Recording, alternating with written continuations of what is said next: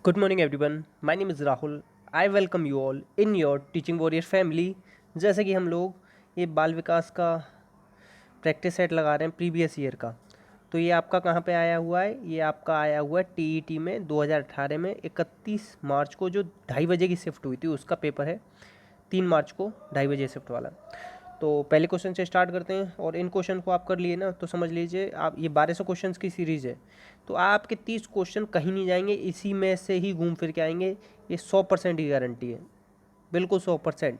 आप थोड़ा heavy level पे तैयारी करेंगे तो आपका वर्ग 3 बहुत ही आसानी से क्वालिफाई होगा. इजी इजी क्वेश्चनों करने के चक्कर में ना रहें, इन क्वेश्चनों पे बहुत ज़्यादा ध्यान दें. तो पहला क्वेश्चन है, आवश्यकता की दो प्रमुख श्रेणियां कौन कौन सी हैं? तो आवश्यकता की दो तरीके की आवश्यकता होती है, एक तो आंतरिक और एक बाह्य, इंट्रिंसिक और एक्सट्रिंसिक. आंतरिक वो होती है कि जैसे कि तुमने सोचा कि तुम्हें ना कुछ करना है, कुछ बड़ा करना है, कुछ बड़ा करके दिखाना है, तो इसलिए तुम अंदर से मोटिवेट. किसी ने कहा तुम्हें साइकिल दिलाएंगे, तुम्हें कोई गिफ्ट देंगे, तुम्हें शाबाशी देंगे. जो बाहर से तुम्हें जितनी भी प्रेरणा मिलती है वो सब कैसी होती है? एक्सट्रिंसिक होती है. तो प्रेरणा दो ही तरीके की, आंतरिक और बाह्य.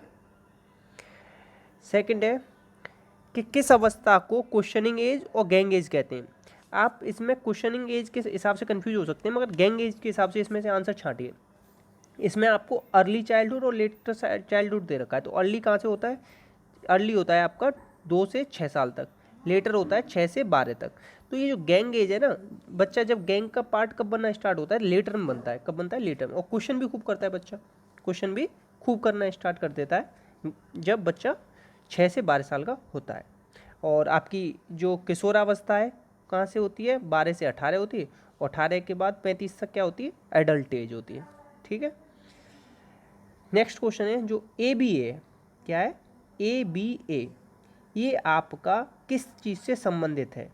तो जो आपका तो ये जो आपका अप्लाइड बिहेवियर एनालिसिस है, ये क्या करता है? ये जो जिस चीज़ से संबंधित है वो कंडीशन है आपकी ऑटिज्म.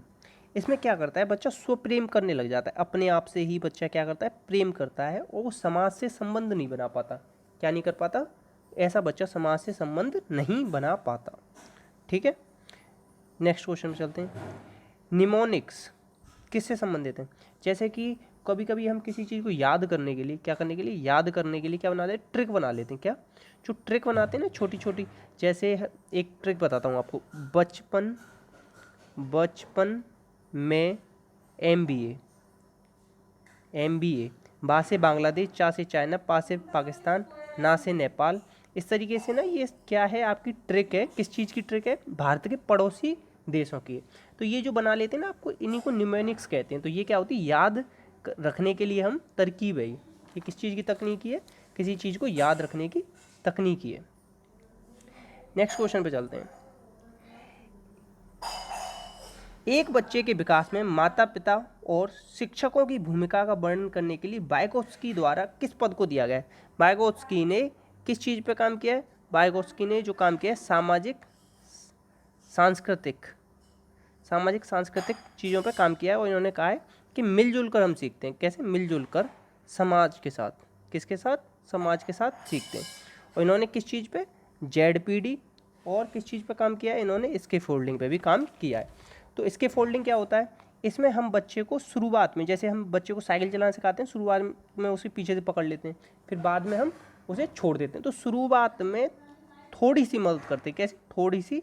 और इसमें ये चीज़ पूछी जाती है कि इसके फोल्डिंग में अस्थाई मदद की जाती है, स्थाई. तो इसमें करी जाती है अस्थाई मदद. तो इस चीज़ को आप याद रखेंगे तो इसका आंसर हो जाएगा इसके फोल्डिंग. अब मैं इसके साथ ही आपको सारे क्वेश्चंस के आंसर समझाता जाऊंगा, जिससे कि जो वर्ग 3 का पेपर आएगा ना, सब इसी, आपको बिल्कुल ऐसा लगेगा सर ने ये सब बोला हुआ है. और इस चैनल पे आपको एडवर्टाइजमेंट नहीं मिलते हों, क्योंकि आप लोगों का दिमाग डाइवर्ट ना हो पढ़ते पढ़ते, इसलिए एडवर्टाइजमेंट भी नहीं लगाएं. तो अच्छे से अच्छे उपयोग कीजिए और लाइक, शेयर और सब्सक्राइब करते रहिए प्लीज़. आप लोगों से हाथ जोड़कर रिक्वेस्ट है. किसी विशेष अवधारणा के विशिष्ट उच्च निरूपण वाले उदाहरण के वर्णन करने में किस पद का प्रयोग करते हैं? तो इसको किस चीज़ में प्रयोग करते हैं? इसे ऐसे समझिए, जब भी हम कोई बड़ी चीज़ बनाते हैं, क्या बड़ी चीज़, या बड़ी चीज़ बनाने से पहले क्या बनाते हैं? उसका प्रोटोटाइप बनाते हैं. क्या बनाते हैं? प्रोटोटाइप. जिससे कि कोई खराबी आए तो एकदम से ऐसा नहीं कि हमारा सारा पैसा डूब जाए. कभी कार बनते हुए देखिए, तो कार ना सबसे ऐसा नहीं कि सीधे जाके असेंबली लाइन में कार बनना स्टार्ट. पहले उसका क्या बनेगा, छोटा सा प्रोटोटाइप बनेगा कि वो कार दिखेगी कैसे, फिर उसकी फाइनल स्टेज पे जाएंगे, बहुत सारे प्रोसेस होते हैं। तो अगर वहीं कोई कमी है तो वहीं पे कमी पता लग जाए, तो हम बड़ी जो भी क्या दे रखा है इसमें, हाईली रिप्रेजेंटेबल जो एग्जाम्पल्स हैं पर्टिकुलर कॉन्सेप्ट के लिए, तो उसमें हम किसका यूज करते हैं, उसमें यूज करते हैं प्रोटोटाइप का। आंसर नंबर सी सही है उसका। ठीक है, अब ये जो आपका क्वेश्चन नंबर 7 है, इसमें मेरे को थोड़ा सा कन्फ्यूजन है। क्या है, कन्फ्यूजन है, तो मैं आप लोगों को कन्फ्यूज नहीं करूँगा इस क्वेश्चन के साथ, तो इसे आप छोड़ दीजिए। एक बुद्धिमत्ता परीक्षण में किस प्रकार के प्रश्नों को अमूर्त तर्क से मापने की संभावना है, तो मुझे तो इसका लग रहा है कि मैट्रिक्स रीजनिंग, मगर इन्होंने जो दिया है वो सिमिलरिटीज़ दिया है, तो इसे आप लोग अपने लेवल पर देख लीजिएगा एक बार। नेक्स्ट क्वेश्चन, ऐसे कौन से परीक्षण हैं जो उस माहौल को ध्यान में रखते हैं जिसमें एक बच्चा अधिगम करता है, जिसमें बच्चा क्या करता है, एक अधिगम करता है। ये आपका कौन सा हो जाएगा, ये हो जाएगा आपका कल्चर फेयर टेस्ट, संस्कृत निष्पक्ष परीक्षण हो जाएंगे। ये कौन से हो जाएंगे आपका, जिसमें बच्चा किसमें, इसमें लर्न करता है ना, कल्चर में रह के बच्चा सीखता है। और किसने की है सब कल्चर की बात, कल्चर की बात करिए वाइगोत्स्की ने, किसने, वाइगोत्स्की ने। और ये संज्ञानात्मक पे इन्होंने कार्य किया है, किस पे किया है, संज्ञानात्मक पे कार्य किया है। नेक्स्ट क्वेश्चन, निम्न में से किस विकल्प में भाषा और विचार एक साथ क्या बनते हैं, तो ये सब जो इसमें दे रखा है वो किस चीज़ से रिलेटेड है, ये वर्बल चिंतन से रिलेटेड है। किससे, वर्बल चिंतन से रिलेटेड है। तो what form of the following option constitute language और थॉट, लैंग्वेज और थॉट दोनों किस में एक साथ आते हैं, वर्बल में आते हैं। अब ये चीज़ याद रखिए कि पहले लैंग्वेज आता है और फिर थॉट आता है। ये किसने बात करी है, ये वाइगोत्स्की ने करी, किसने, वाइगोत्स्की ने। अगर मैं इसी को कह दूं कि पहले आपका थॉट आएगा, पहले नंबर पे थॉट आएगा और दूसरे नंबर पे लैंग्वेज आएगी, ये बात किसने करी है, ये बात करी आपकी पियाजे जी ने, जो कि जीव वैज्ञानिक हैं, जीव शास्त्री हैं। 16 साल तक काम किया था, 2 लड़की और 1 लड़का, इनके 3 बच्चे थे। और संज्ञानात्मक मनोविज्ञान और विकासात्मक मनोविज्ञान के जो जनक कहे जाते हैं पियाजे। कई सारे ऑप्शंस एक साथ आप क्लियर कीजिए एक साथ। नेक्स्ट क्वेश्चन है आपका, एक फाइनेंसर के रूप में अच्छा करने के लिए किस के पास होना चाहिए, तो ये जो फाइनेंसर के पास कैसी जो बुद्धि होनी चाहिए, ये किसके ऊपर क्वेश्चन जो बेस्ड है ना, वो गार्डनर की बुद्धि के ऊपर बेस्ड है। उन्होंने 8 प्रकार की बुद्धि, सबसे पहले 7 बताई थी, फिर 8 और 9 अभी, मगर ये एनसीईआरटी के अकॉर्डिंग हम 8 ही मान के चलते हैं इनकी। तो इसमें कौन सी होनी चाहिए, तार्किक बुद्धि होनी चाहिए, वो तर्क कर सके कि आप फाइनेंस करा लोगे तो आपको इतनी बचत हो जाएगी, मतलब आपकी गाड़ी चोरी हो गई या कहीं एक्सीडेंट हो गया तो इतना फ़ायदा हो जाएगा, तो वो तर्क दे सके, लॉजिक बता सके कि क्यों आपको फाइनेंस कराना है। नेक्स्ट क्वेश्चन है, एक अन्वेषक प्रयोगशाला में प्रयोग कर सूचना एकत्रित करता है, तो वो क्या कर रहा है, जब हम सूचना एकत्रित करते हैं कभी भी लेबोरेटरी में, और वो क्या होती है, हमेशा प्राइमरी आंकड़े होते हैं। कैसे आंकड़े होते हैं, प्राइमरी आंकड़े होते हैं, पीए होते हैं प्राइमरी आंकड़े। ठीक है, मानव विकास कैसा होता है, देखिए पहला कह रहा है कि, देखिए यहाँ से देखिए, अनिरंतर होता है, अनिरंतर नहीं होता, निरंतर होता रहता है, जन्म से लेकर मृत्यु तक होता है। ठीक है, पहला कट गया। रैंडम होता है, जैसे कब आज हो गया कल विकास नहीं हुआ, या 1 साल हो गया 2 साल तक नहीं हुआ, ऐसा नहीं होता कभी भी। ठीक है, और अव्यवस्थित होता है, ये क्या लिख रहा है, अव्यवस्थित नहीं, जबकि विकास क्या होता है, व्यवस्थित होता है। कैसा होता है, व्यवस्थित होता है। तो इसका आंसर क्या हो जाएगा, क्योंकि और ऑप्शन उतने ज़्यादा अच्छे नहीं है, इसीलिए आंसर हो जाएगा आपका संचय। क्या हो जाएगा, संचय। यानी तो अगर ये लिखा होता है विकास सतत और निरंतर चलने वाली प्रक्रिया है, कैसे क्या लिखा रहता है, सतत एवं निरंतर, तो यही आपका आंसर हो जाता है। और विकास और वृद्धि में अंतर पूछा जाता है, तो अंतर ये है कि वृद्धि ना एक समय के बाद रुक जाती है और विकास जीवन पर्यंत चलता रहता है। ठीक है, निम्न में से कौन सा सक्रिय अधिगम का लाभ नहीं है, सक्रिय अधिगम का लाभ नहीं है। सक्रिय अधिगम से क्या होता है, इनकरेज करते हैं हम रिस्क लेने के लिए, क्रिटिकल थिंकिंग भी इम्प्रूव होती है, जो हमारे कौशल होते हैं, सहयोगात्मक कौशल वो भी विकसित होते हैं, मगर होमवर्क का कोई लेना देना नहीं है किससे, सक्रिय अनुभव से। किससे, सक्रिय अधिगम, एक्टिव लर्निंग। आजकल हम बच्चों को कैसी लर्निंग कराते हैं, एक्टिव लर्निंग कराते हैं। ठीक है, नेक्स्ट क्वेश्चन है, निम्न में से कौन सा अधिगम का एक पहलू नहीं है, अधिगम का एक पहलू नहीं है।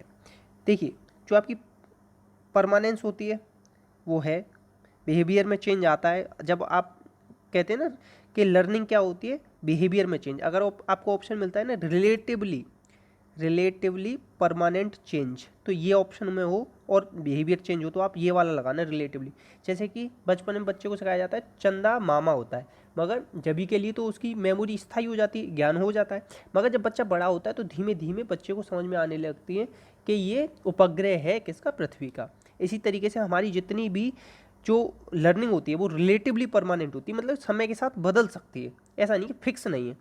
तो स्थायित्व है और एक्सपीरियंस से भी सीखते हैं, मगर बायोलॉजिकल प्रोग्राम प्री प्रोग्रामिंग नहीं है। ऐसा नहीं है कि पहले से ही आप प्री प्रोग्रामिंग करके ले आए हो। ठीक है, नेक्स्ट क्वेश्चन है आपका, सजा से बचने के लिए नियमों का पालन करना हमेशा बेहतर होता है, निम्न में से कौन सा नैतिक विकास की इस स्वीकृति को देखा जाता है। देखिए नैतिक विकास या जिसके बारे में बात हो रही है, ये बात हो रही है कोहलबर्ग की थ्योरी है ये नैतिक विकास की। इन्होंने लेवल बताए 3, स्टेज बताइए 6, और ये जो क्वेश्चन है ना आपका, ये है आपका प्री कन्वेंशनल मोरालिटी से। इसके अंदर जो आपका पहला लेवल आता है, कौन सा आता है, स्टेज 1, लेवल 1 की स्टेज 1 आती है, वो आती है ओबीडियंस एंड पनिशमेंट। सेकंड आती है टिट फॉर टैट। थर्ड आती है गुड बॉय गुड गर्ल, ठीक है, good boy good girl. Fourth आती है लॉ एंड ऑर्डर, ठीक है। और पांचवी आती है आपकी कौन सी, सामाजिक करके। और छठवीं आपकी क्या है, यूनिवर्सल। क्या है, यूनिवर्सल। तो ये आपकी जो पहली है ओबीडियंस एंड पनिशमेंट, उसके अंदर आता है ये चरण कि आपको सारे नियमों का पालन करना है। तो ये किस में आ जाएगा, प्री कन्वेंशनल में आ जाएगा।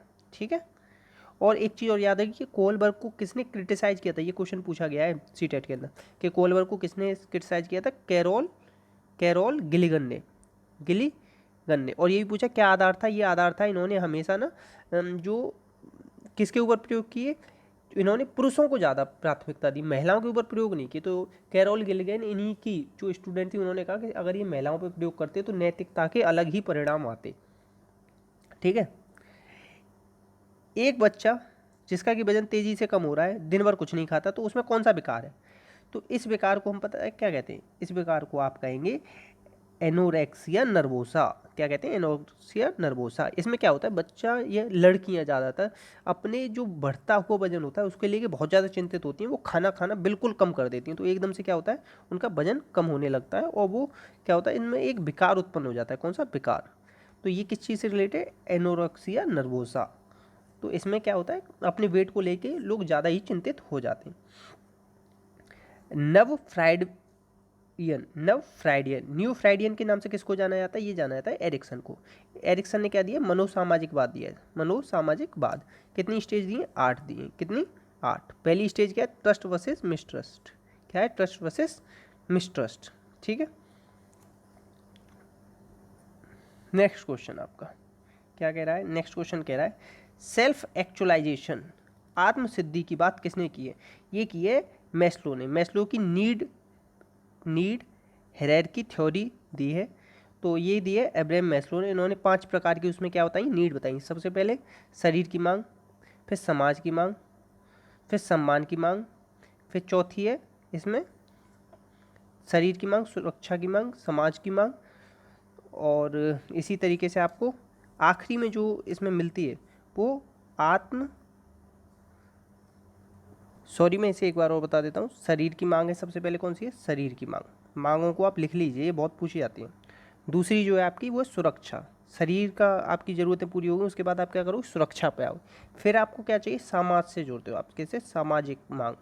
फिर उसके बाद आती है सम्मान, समाज में भी जुड़ोगे तो फिर उसके बाद आपको चाहिए सम्मान। अगर ये सारी आपकी पूरी होगी तो उसके बाद आती है आत्मसिद्धि। क्या आती है, आत्मसिद्धि, जो कि इसमें क्वेश्चन में पूछा है। ये सबसे आखिरी स्टेज होती है, कौन सी, सबसे आखिरी स्टेज होती है, सबसे ऊपर की। ठीक है, मैस्लो ने दिया था ये, किसने दिया था, मैस्लो ने 1954 में हायरार्की ऑफ नीड्स के नाम से आया था। नेक्स्ट क्वेश्चन है आपका SLD। क्या है, SLD, स्पेसिफिक लर्निंग डिसऑर्डर को कहते हैं। किसको कहते हैं, स्पेसिफिक लर्निंग डिसऑर्डर होते हैं ये। ठीक है, नेक्स्ट क्वेश्चन है आपका कि संपूर्ण रूप में एक स्थिति की धारणा अपने हिस्सों के रूप से बेहतर समझी जाती। ये कह रहा है आपका कि whole is better than part, whole is better than part. तो होल की बात हम किस में करते हैं, संपूर्ण लेके किसी चीज़ को किस में चलते हैं। जैसे कि अगर पेन आपको पूरा दिखा दूँ और उसके बाद में अगर मैं आपको पेन का कैप दिखाऊं तो आप बता दोगे कि ये किसका पार्ट है, ये पेन का कैप है। पार्ट है। तो ये सब किसके अंदर आता है? तो ये आता है लर्निंग बाय इनसाइट। तो ये किस संप्रदाय की है? ये गेस्टाल्टवाद। किसने? गेस्टाल्टवाद। सबसे ज़्यादा प्रयोग इस संप्रदाय में किसने किए? कोहलर ने किए, चिंपैंजी पे, जो कि सुल्तान नाम था। और ये गेस्टाल्टवाद के जनक कौन है? बर्दीमर है। 1912 में आया था ये। कब आया था? 1912 में। ठीक है। ट्रायल एंड एरर किसने दिया है? ये थॉर्नडाइक ने दिया है। किसने? थॉर्नडाइक ने। 3 तो मुख्य नियम बताएं, तत्परता, अभ्यास, प्रभाव, और 5 इन्होंने थॉर्नडाइक जी ने गौड़ नियम बताएं। बालू का नियम या ठोस नियम, या इसी को कहते हैं आप बहुकारक नियम। बहुकारक नियम इसी को कहते हैं। ठीक है। तो ये सब क्या थे? ये जो मैंने आपको बताया ये लर्निंग ट्रायल एंड एरर के बारे में थे। ठीक है। नेक्स्ट क्वेश्चन, एक बच्चा किस उम्र में वाक्यों का उपयोग करना शुरू कर देता है? वाक्य का उपयोग, किसका? वाक्य का उपयोग करना सीख रहा है। तो ये सीख जाता है बच्चा 3 साल में। कब सीख जाता है? 3 साल में बच्चा वाक्य का उपयोग करने लगता है। नेक्स्ट क्वेश्चन है कि सामग्री को आसान बनाने के लिए, जैसे कि आप किसी चीज़ को पढ़ाने जा रहे हो, किसी टॉपिक को पढ़ाने जा रहे हो, तो उसको आसानी से कैसे पढ़ा दोगे? तो उसे हम जो आसानी से पढ़ाएंगे वो क्या होगा? Maxim of teaching. क्या? Maxim of teaching. जैसे कि आप ऐसे याद रखिए कि ज्ञात से अज्ञात की ओर, ज्ञात से अज्ञात ये जो पढ़ाते हैं, और सरल से जटिल की ओर, सरल से जटिल की ओर, ये जो आप पढ़ाते हैं ये किसके अंदर आता है? ये इसी के अंदर आता है। इसे कहते हैं मैक्सिम ऑफ टीचिंग। या पूर्ण से अंश की ओर, जो गेस्टाल्टवाद ने दिया था, पूर्ण से अंश की ओर, या विशिष्ट से सामान्य की ओर, ये सब क्या है? Maxim of teaching. ये नहीं शिक्षण के सूत्र कहते हैं। और मेथड ऑफ टीचिंग क्या होते हैं? ये होते हैं, आप ऐसे देखिए, teacher centred method, learner centred method, और इंटरेक्टिव मेथड, और कंटेंट फोकस्ड मेथड। ये 4 तरीके के ये मेथड होते हैं। तो इनको थोड़ा सा अलग अलग ध्यान रखेंगे। आंसर क्या हो जाएगा? Maxim of teaching. शिक्षण के सिद्धांत हैं। किसी चीज़ को आसानी से पढ़ाना है तो उसे शिक्षण के सिद्धांत के हिसाब से पढ़ाइए। प्रोक्सिमो डिस्टल, ये देखिए विकास होता है शरीर का। एक तो होता है सेफ्लोकोडल, और एक होता है प्रोक्सिमो डिस्टल।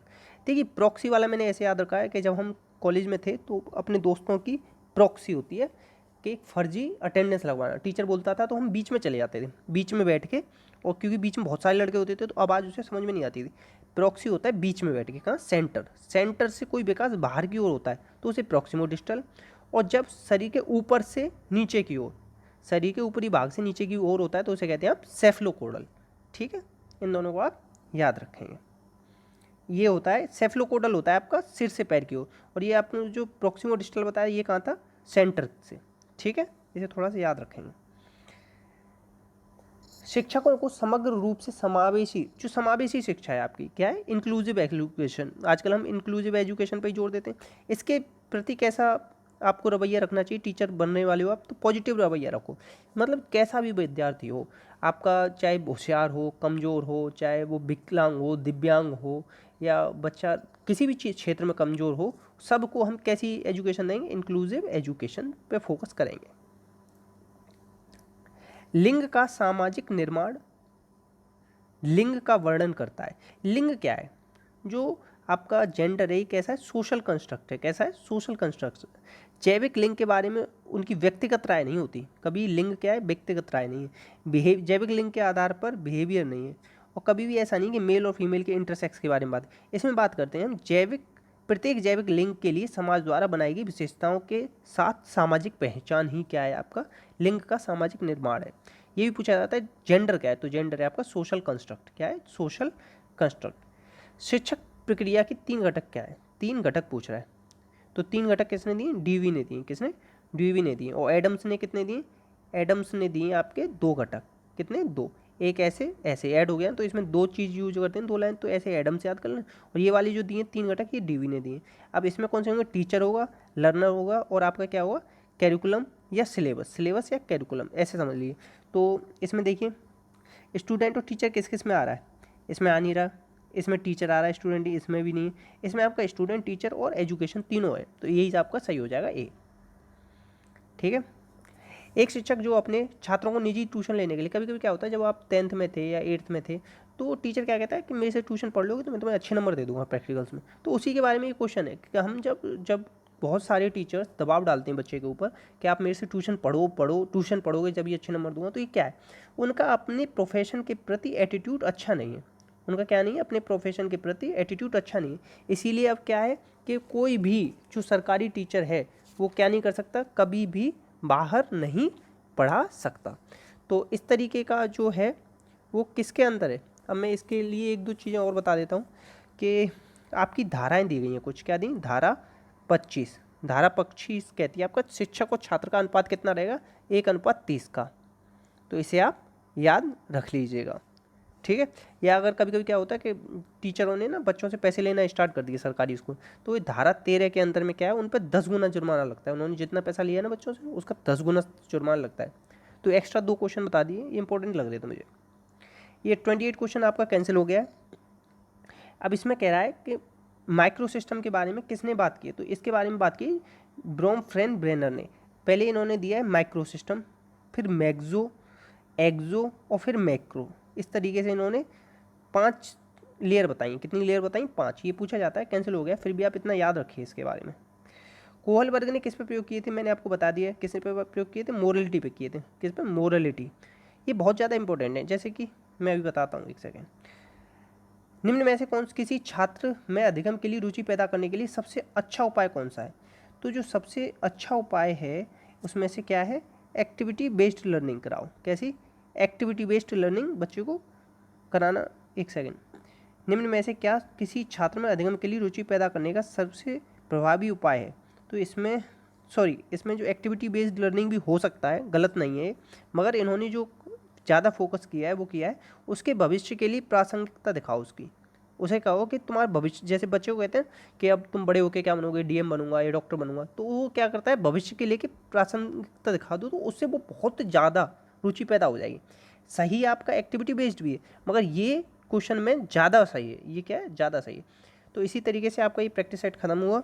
तो please like share and subscribe कर दीजिएगा और अपने दोस्तों को ज़्यादा से ज़्यादा इस चैनल के बारे में बताइए, क्योंकि एडवर्टाइजमेंट नहीं देखने को मिलता है और आपको बिल्कुल जेन्युइन और सही आंसर मिलेंगे।